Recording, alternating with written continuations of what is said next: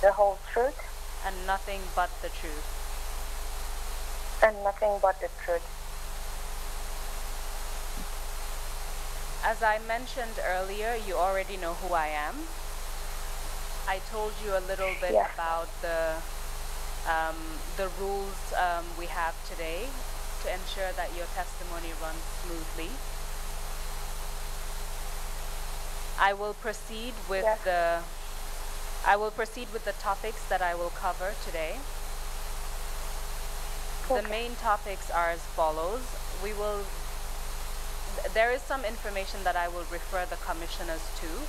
So information such as your background. I will ask you to confirm the information in the protected information sheet that you have in front of you. We will talk about experiences you've had of sexual violence, including with a religious leader when you were much younger. We will focus on the relationship between former President Yahya Jammeh and the protocol officers at the Office of the President. Okay. We will spend quite a bit of time on that topic. And then we will talk about former President Jammeh's interactions with specific individuals in the context of sexual and gender-based violence.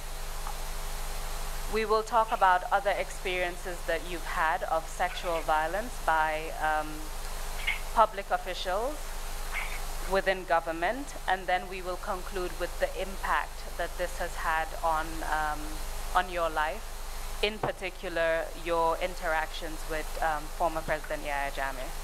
Do you understand? Yes, I do. Perfect. So if you can refer to the protected information sheet in front of you, and I would refer the commissioners to the document in front of them. Okay. I'm referring to paragraph 1, which contains information about your personal details as well as the schools you attended. Can you confirm that that information is correct? Yes, it is correct. Perfect. The first incident that I would like us to discuss is your experience of sexual violence by a religious leader. Can you tell us about that?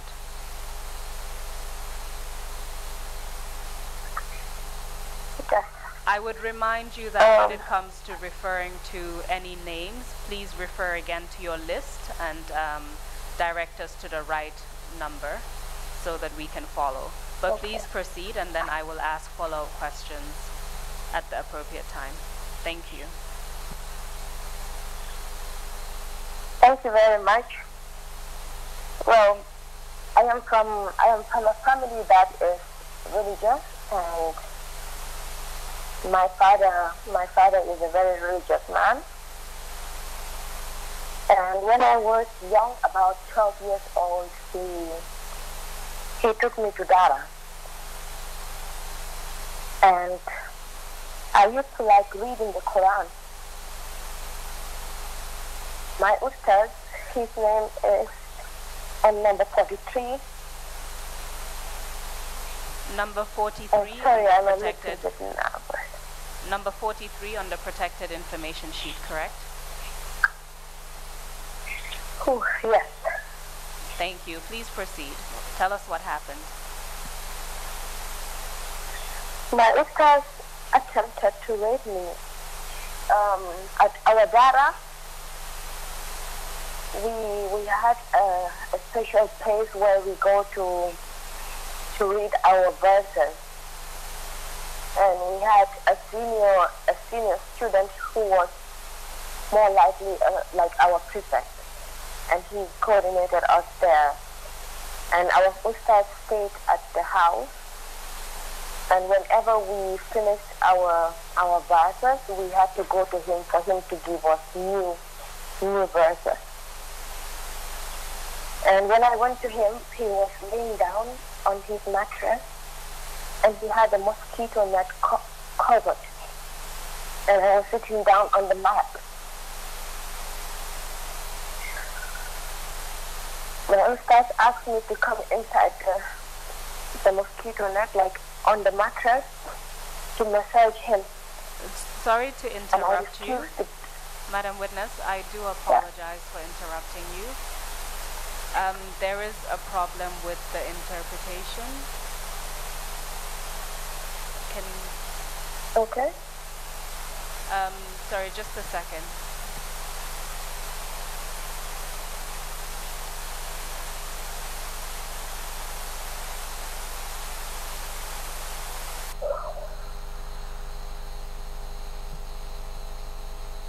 You told us that when you were about 12 years old, you were attending Dara at the time.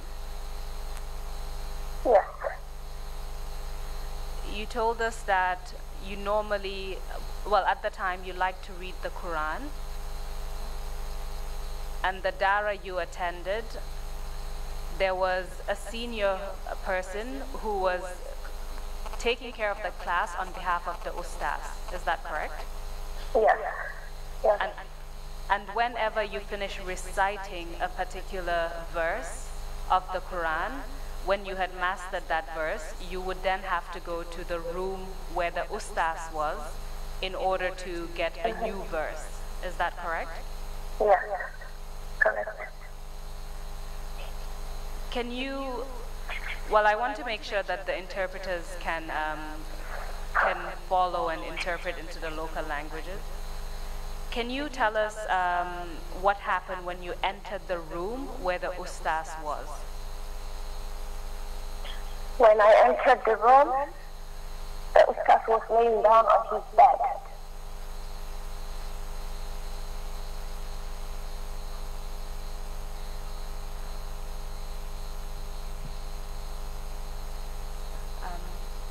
So you said when you entered the room, the ustaz was lying down on his bed. You told us earlier that the bed was surrounded by a mosquito net.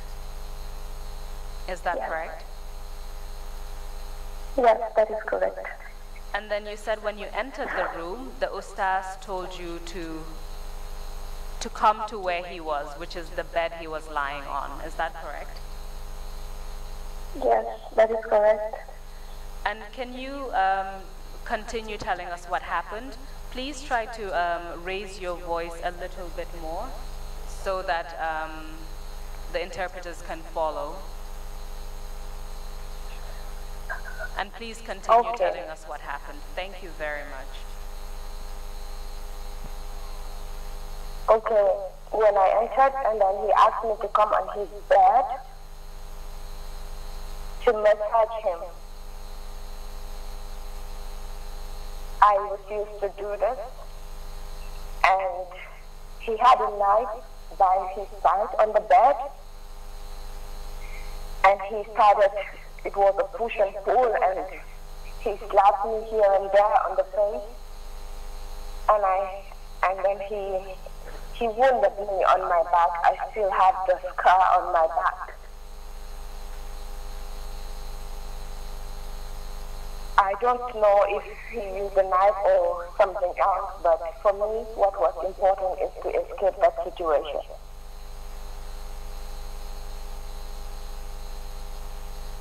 So, and just to when I went home... Please continue, yes. No, please continue. When I went home, it was some minutes to Maghrib prayer, and I was shy to explain this in front of my father. So I waited until he went for prayers, and I told my mom. When my father returned, my mom wasted no time. They went to his house to confront him. But when they arrived there, the ustaz was no more there. He left.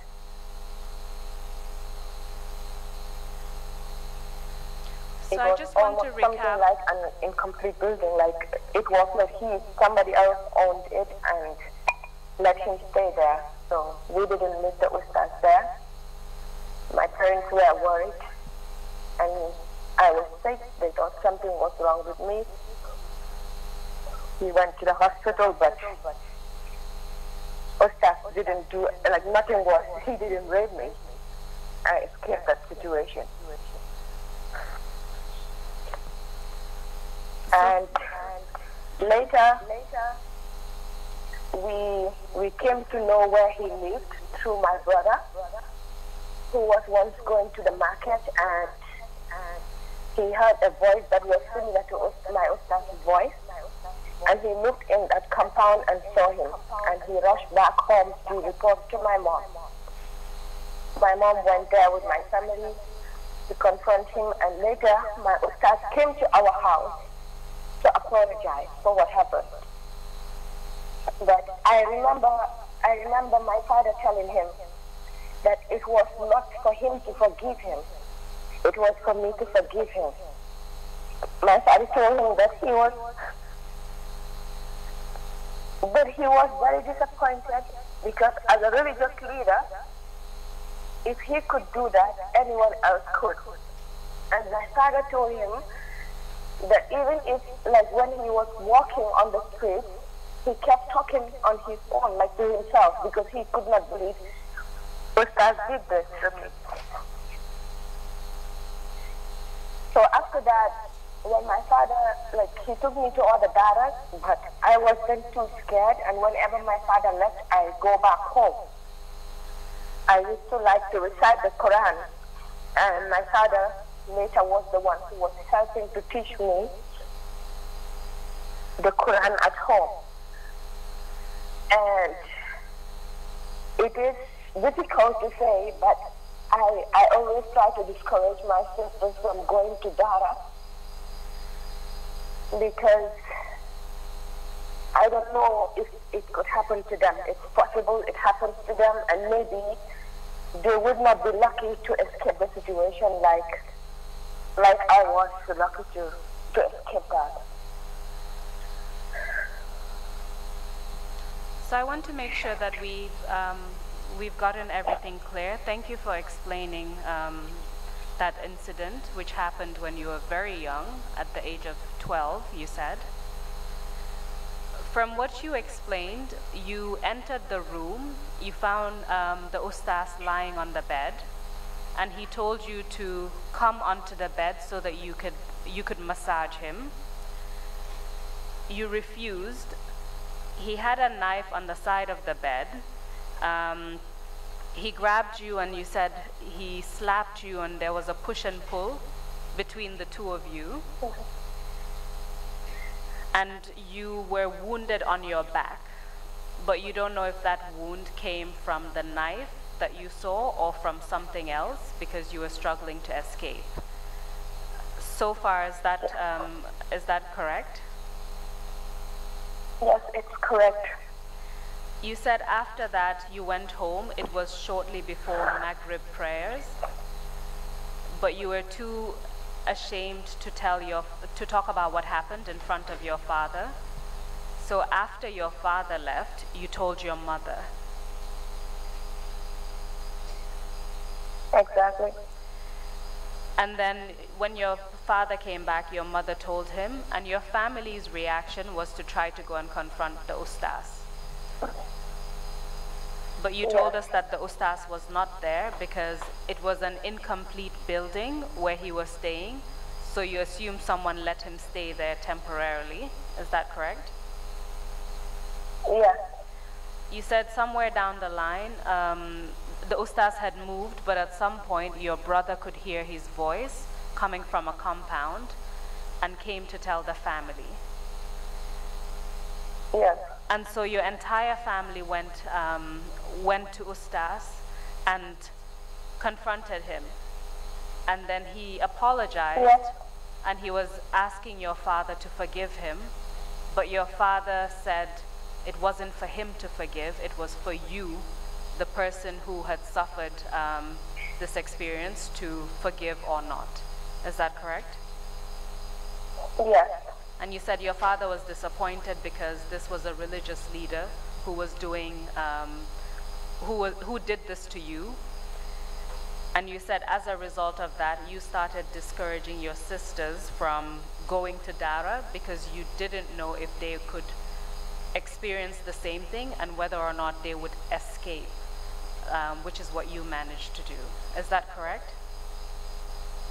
Yes, that is correct. You also told us that you went to the hospital after this happened to get treatment.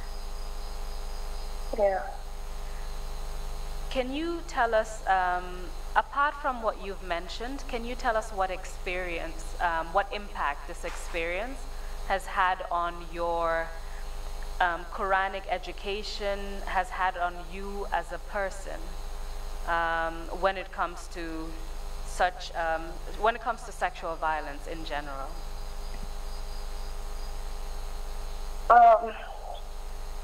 One thing for sure was I didn't get the chance to complete what I wanted to. That was to make sure at least I know a lot about the Quran, because I stopped going to Dara from that incident. And unless my sisters or brothers decide, okay, for brothers maybe, but you never know what could happen to them as well. Boys can also be victims of sexual violence. But I am very particular about my sisters. I always tell them not to go to Dara, even though I know my father always wants them to. And I will not let my kids to go. I will try to teach my kids what I know about the religion on my own. But I am not judging all the ustazes, but you never can tell who the bad ones are. And for me, from that incident, I don't want to take the risk anymore. I am very protective when it comes to my younger ones, because I don't want them to go through that. So I don't have trust anymore when it comes to some of those teachers, because this was an ustaz that my family really trusted. And I can remember him very well. I can remember the way he recited the Quran. I can remember how he preached us. I can remember how he taught us the sunnah. And if he could turn out to be somebody like that, well, I am sorry. I am a Muslim, but I will not trust them.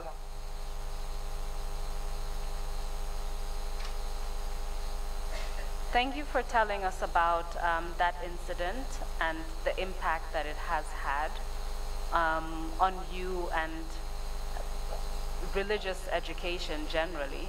You told us after that, whenever you were dropped off at Dara, you would always, you would act like you were going in, but you wouldn't go. And eventually you stopped going to Dara altogether. Yeah. I would like to, that's the first experience you had of sexual violence, an attempt to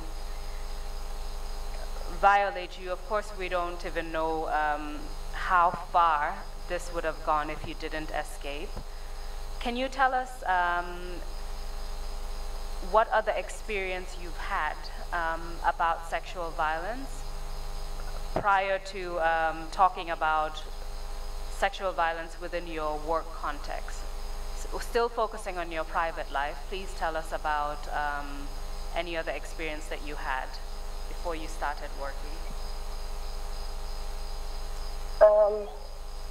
I was privileged to be very active, and then I wanted to know a lot about children, about sexual violence against women at a very early age. And I remember when I was in junior school, and on an occasion when I had to deliver a statement on behalf of children, there was this senior official from the Ministry of Justice. Sorry to After my interrupt statement, you. he congratulated me, and You know, he told me he was proud of me, things like that, and I was very happy. And with one of my friends, he said he wanted to give us a lift. I am not in touch with this, with my friend, that she used to be my friend, but I am sure if she is listening, she will know the man I am talking about. And we were going home, it was somewhere around Bakau. He asked for my number. I gave it to him. For me, it was normal. But this, after he started sending me messages that will not end, and that he wanted to go to a hotel with me, and telling me that how will it be when we were on the bed or when we were at the beachside. He was actually an older person. I don't even know if he is still alive. And it was going on, and these were times that were very difficult situations for me.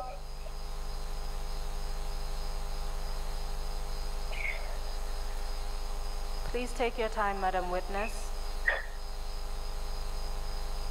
These were very difficult situations for my family, because these were times that we even went to school without eating. It was very difficult for us. Survival was very difficult, and seeing a man who could help, but he only wanted you to go to a hotel room with him in order for him to help. He told me he was going to be made an ambassador. And I remember I reported that issue to one NGO.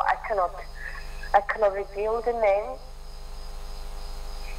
right now, but I think I provided this to you.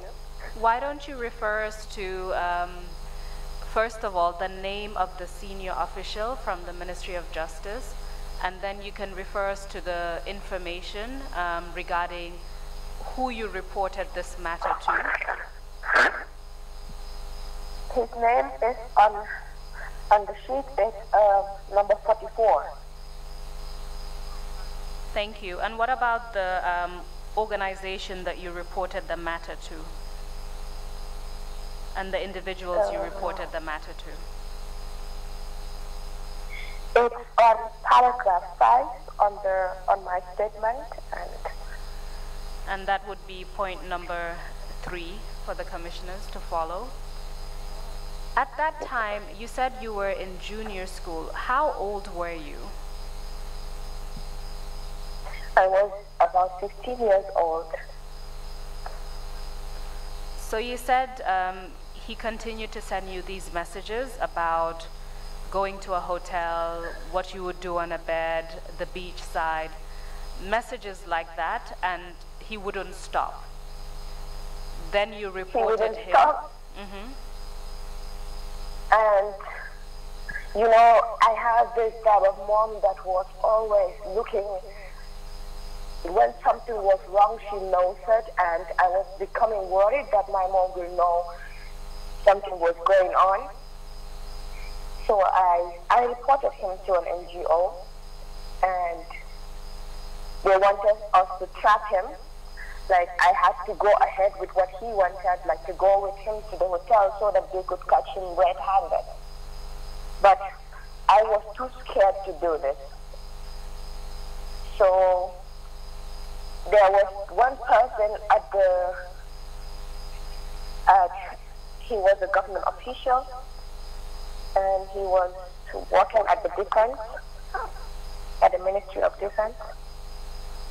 I decided to go to him and say, sir, this is what is happening from one of the government officials, and you are the only one that I know working for government. And you are the only one who can help me with this. Please tell him to stop it. Because this individual was helping me, was supporting me with my education. And he decided to call this person that was sending me messages constantly. At first he tried to deny it, but the one I reported the matter to told him that he can't deny it because he saw the messages and it was the same number that he used to call him. So it was after that this individual from the Ministry of Justice decided to apologize and said it will not happen again.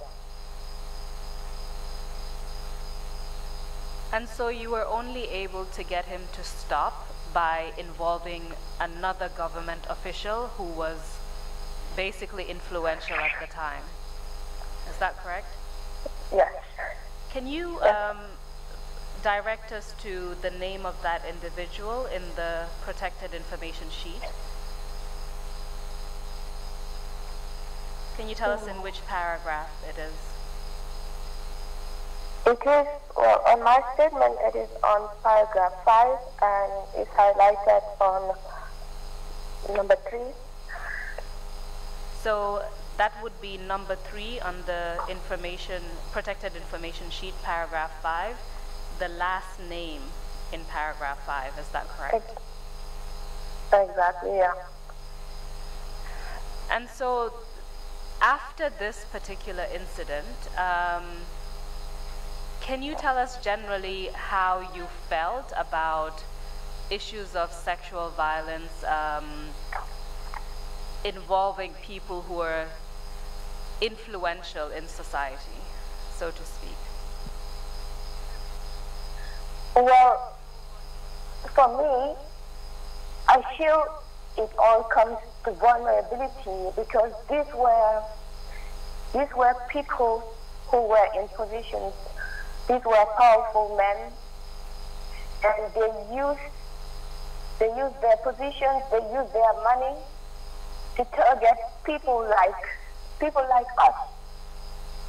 And for me, I don't think there is any reason to abuse anyone or to make people go through certain things because of their background. But the reality is poverty puts us in very high risk.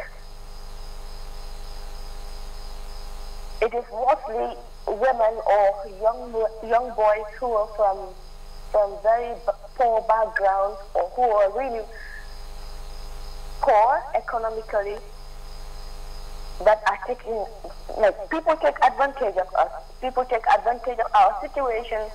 People know we need getting that.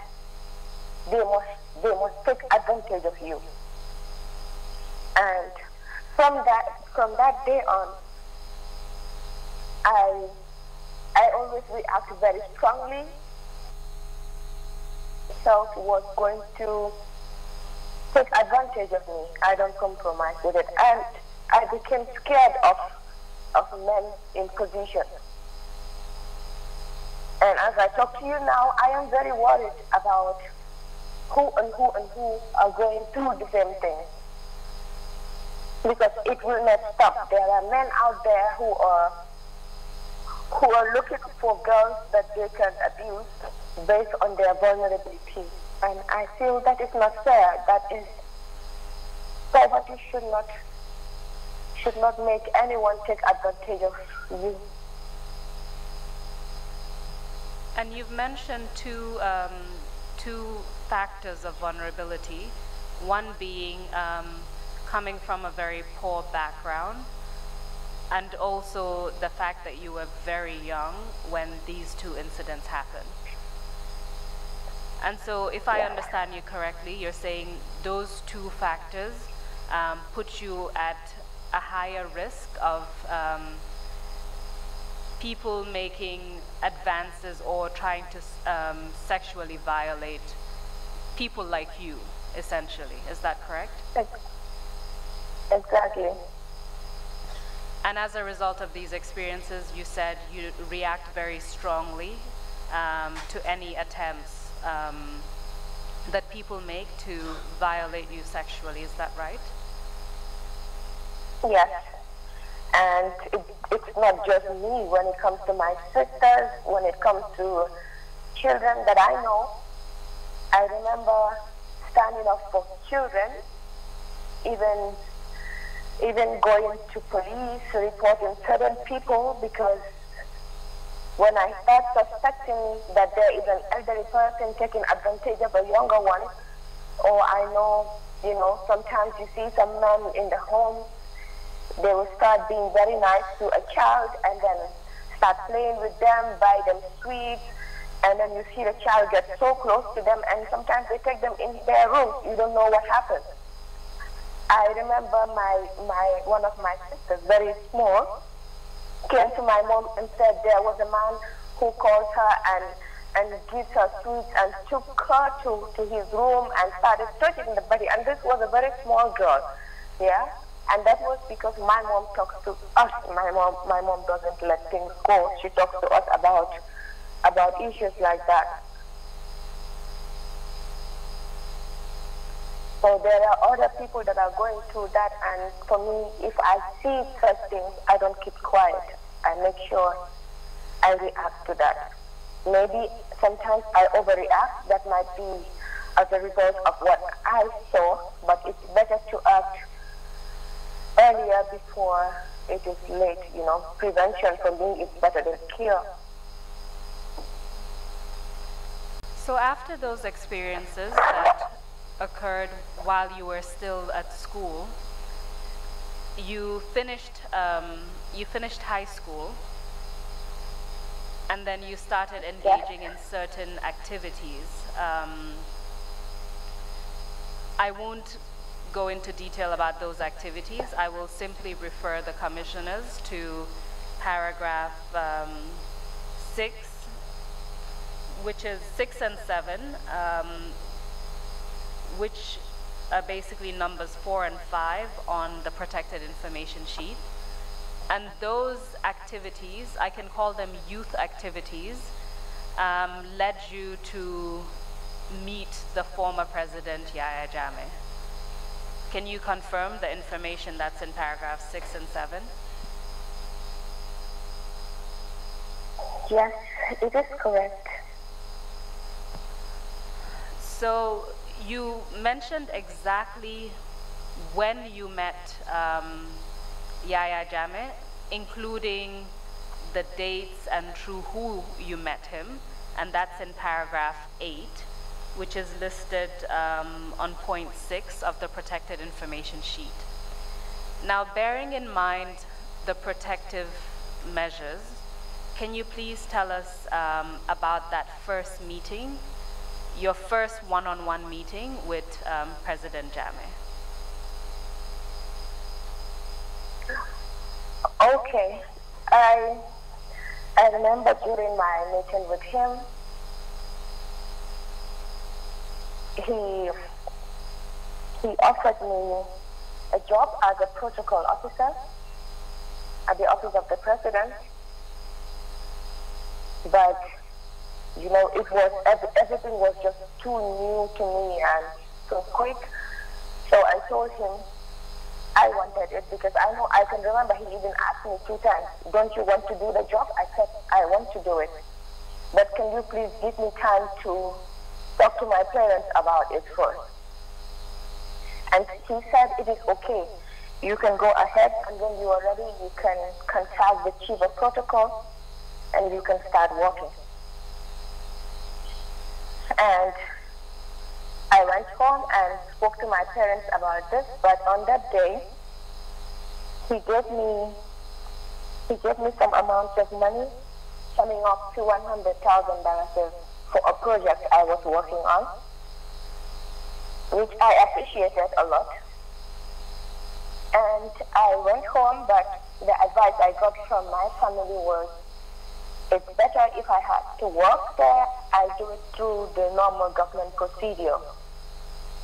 And I communicated this back to the office of the president, and this took some time. It took about 4 to 5 months.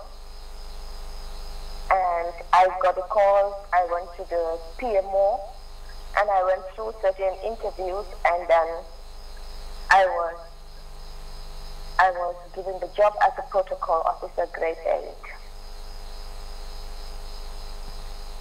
In fact, during that first meeting, when he gave you $100,000, that was in relation to the project that led you to meet him in the first place. Is that correct? Exactly. And so eventually, you went through PMO and were awarded, well, you were appointed as a protocol officer for the Office of the President. Do you recall how much you were earning at the time? My salary was a little bit above 6,000. I can't remember, but this was what I was earning. And that would be per month, correct? Per month. So when you started working as a protocol officer at the Office of the President, you've given us the date of when you started, and that's in the protected information sheet at point number 7 in paragraph 9. But when you started working, can you tell us if there were the individuals that you were working with, if you would categorize them into different groups? So without giving their names, because that could also identify the time when you served as a protocol officer, but are you able to put the individuals you were working with into different groups, and how would you describe those groups? Yes.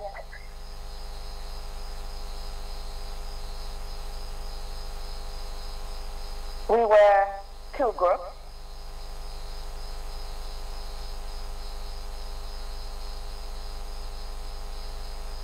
Hello?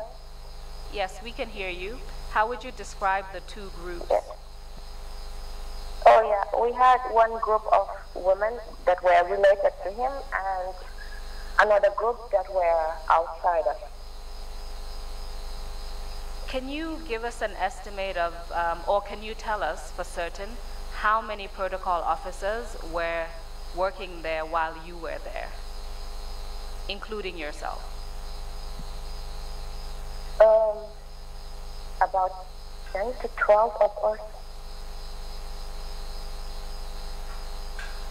So at the time when you began work, your salary was just over $6,000 per month. Can you tell us a bit about what your role was? What was your function as a protocol officer? Well, there we had to be at the office at about 8:30, and we had to wait for our boss at that time, the chief of protocol. And from time to time, that was not always, we helped to prepare the meetings, and you know, when guests arrive, we welcome them. And sometimes we serve them drinks. When the president had to travel, at times it was in turns, yeah, not all the time that a protocol officer had to go. He chooses some, and at times we go with him as a delegation or we go in advance.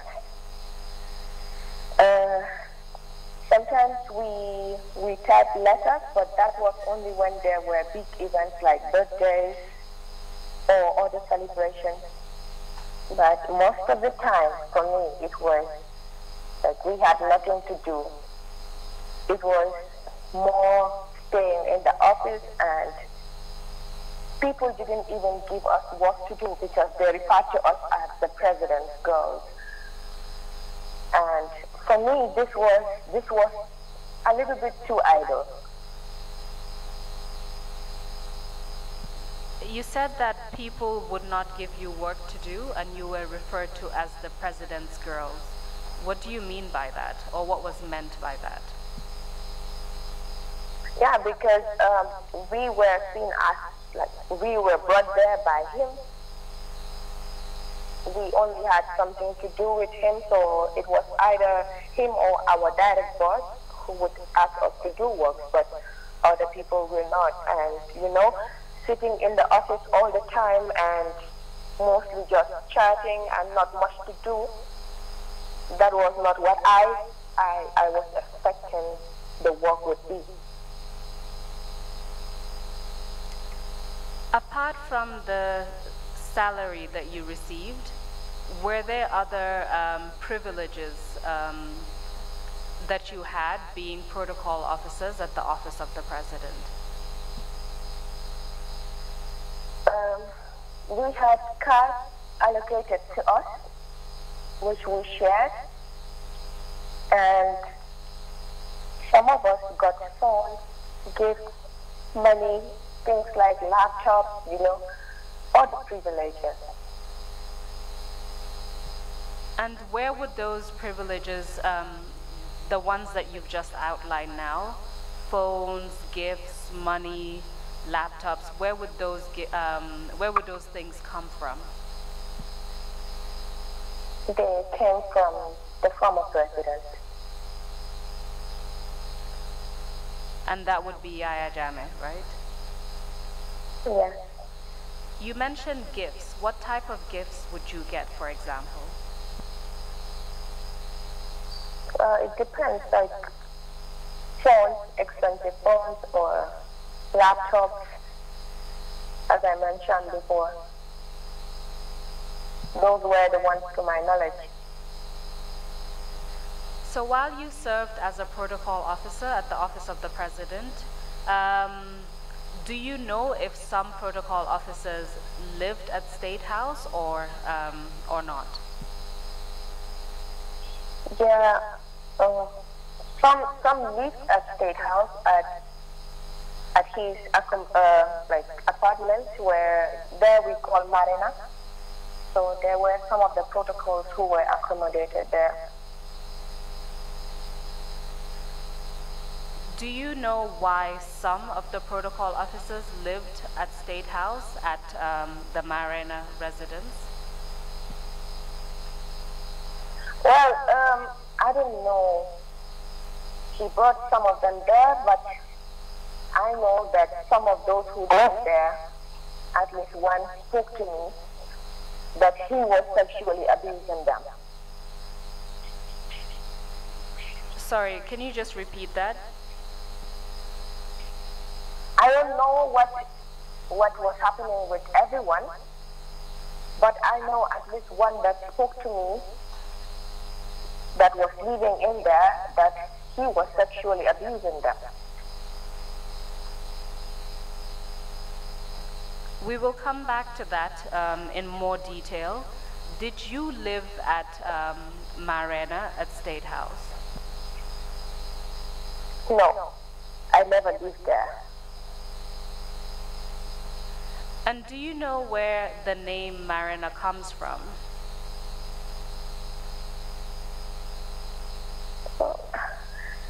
Marina was, it was at his residence, it's Marina, but we call it Marina, so it was located within State House. So closer to the Marina Parade side, is that correct? Exactly. Okay. So you did not live there, but you worked with some of the individuals who lived there. Can you tell us whether after you started working as a protocol officer, whether any promises were made to you when you took that position, or at some point subsequently when you took that position? Well, when I was working there, he promised me a scholarship. He asked me to apply for any school of choice, and that he would pay for everything. Because for me, that was very important. I wanted to be educated.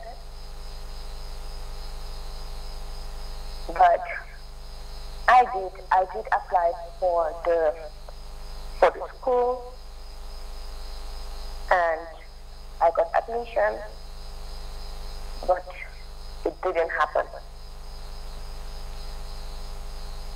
And when he offered me the scholarship, it was one of the happiest days of my life. You told us that you were from a poor background. Did this promise of a scholarship from Yahya Jammeh influence your decision to continue working as a protocol officer? Did it have any influence at all in that decision? It did. It did. I was very happy because we were struggling for survival, so it was impossible for my family to pay for me or to pay for my higher education. And something like that coming from the president, I knew he could do it. He had the money, he had the possibilities, and so that was I was very happy, and considering the fact that my family could not do that, somebody else is here to do it, that meant everything to me. You told us he failed that promise. Please continue. He failed that promise because I realized that with him, you get nothing for free.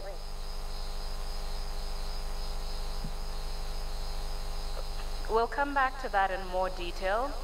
You told us some of the duties of protocol officers, including traveling whenever there were trips abroad.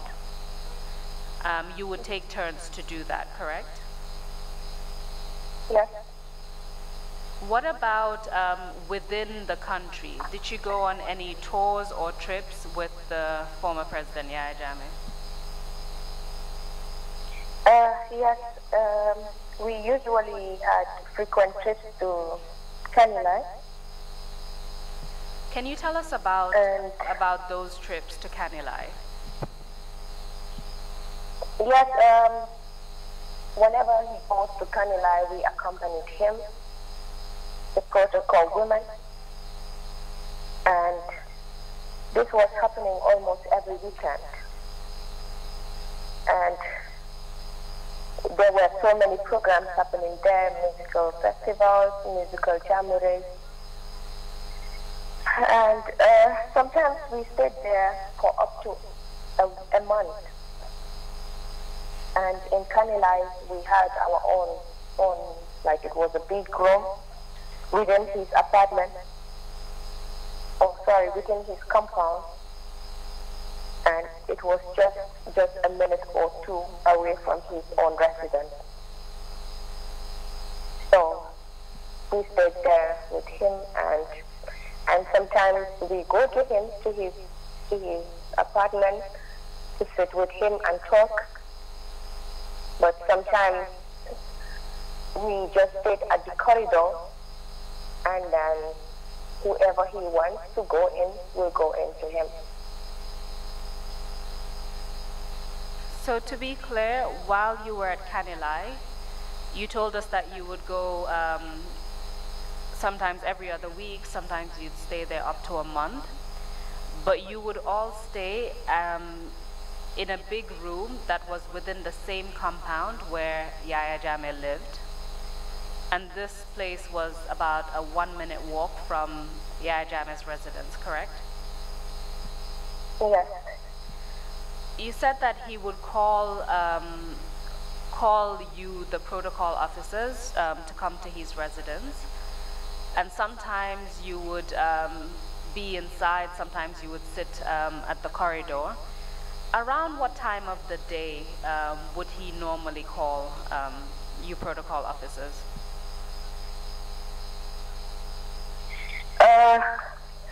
Normally this happens at night. All the ones that not all, but most of the ones that I witnessed happened at night. Do you recall around what time of the night they would normally happen?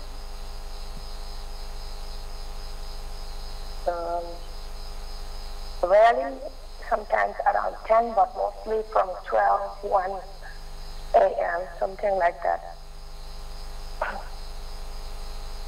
You said that sometimes you would stay at the corridor and he would call a specific individual to go inside. Yes. Do you know why that was the case? Like, what was happening at that point? Or what do you believe was happening? Well, we believe he was anyone that he calls in most cases was for sex, because this I experienced, and I have spoken to people who also went through the same. So he was sort of using it as a cover-up. Sometimes we go as a group and sit outside. Sometimes he doesn't even bother calling the whole group. He just calls one to go in. And it was stressful because the corridor out there was very cold and very boring, and you get so angry that, you know, he doesn't need us. Why did he call us up to here? Just to go in with one of us. And there were times that he calls everyone inside, and then we watch TV with him. He tells stories, we laugh. That was nicer. That was more interesting. But my assumption was it was for sex. And you said your assumption that whenever he called a specific person into the room, that it was for sex. You said that assumption is based on your own experience as well as what you heard from some other people. Is that right? Yes. And you also described the fact that he would call you in a group sometimes as a cover-up, but sometimes he would not bother to even call the group. He would call one individual. Is that right? Yes. Were all these individuals protocol officers, or did it include other individuals who were not protocol officers?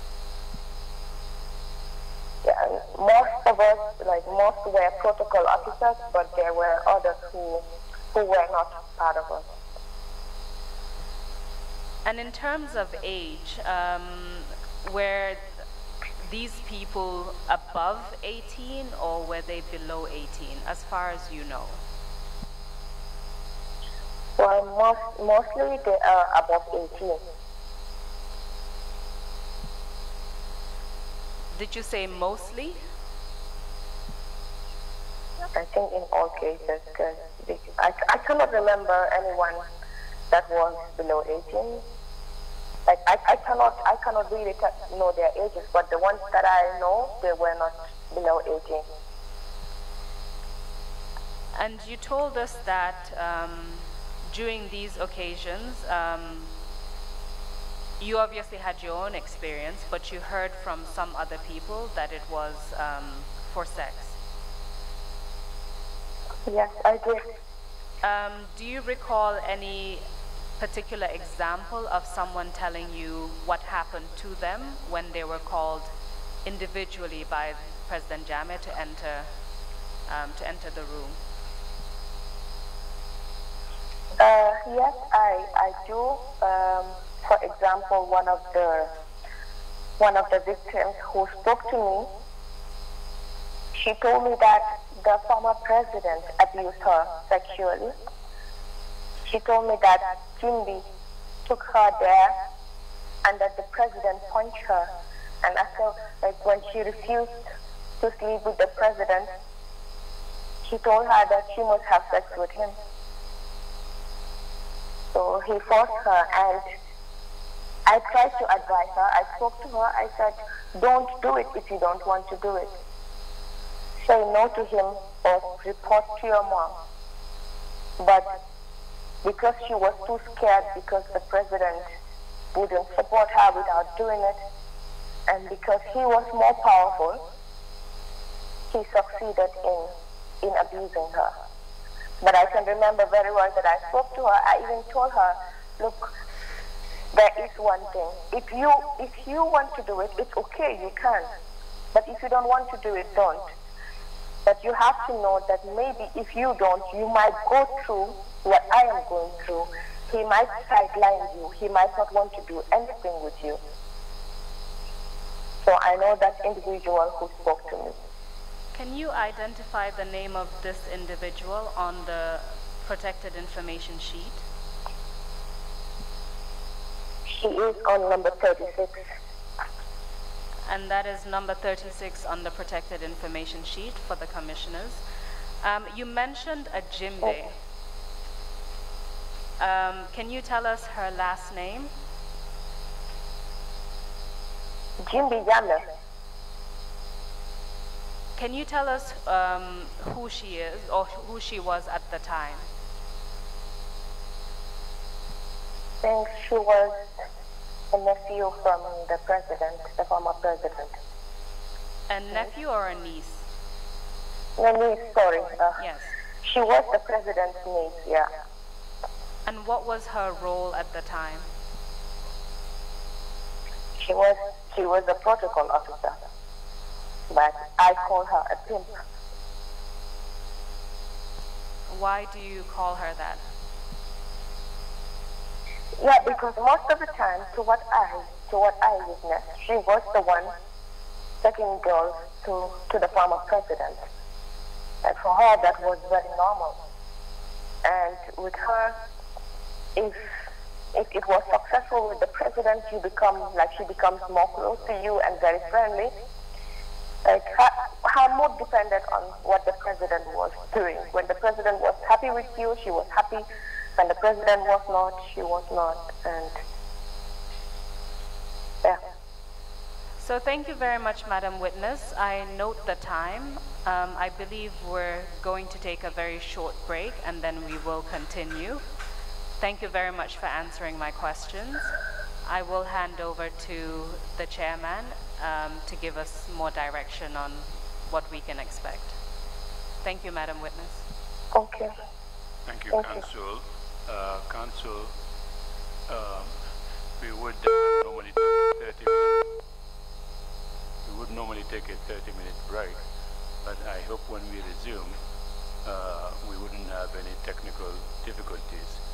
If we are going to have that, we might as well continue until the lunch break at 1:30.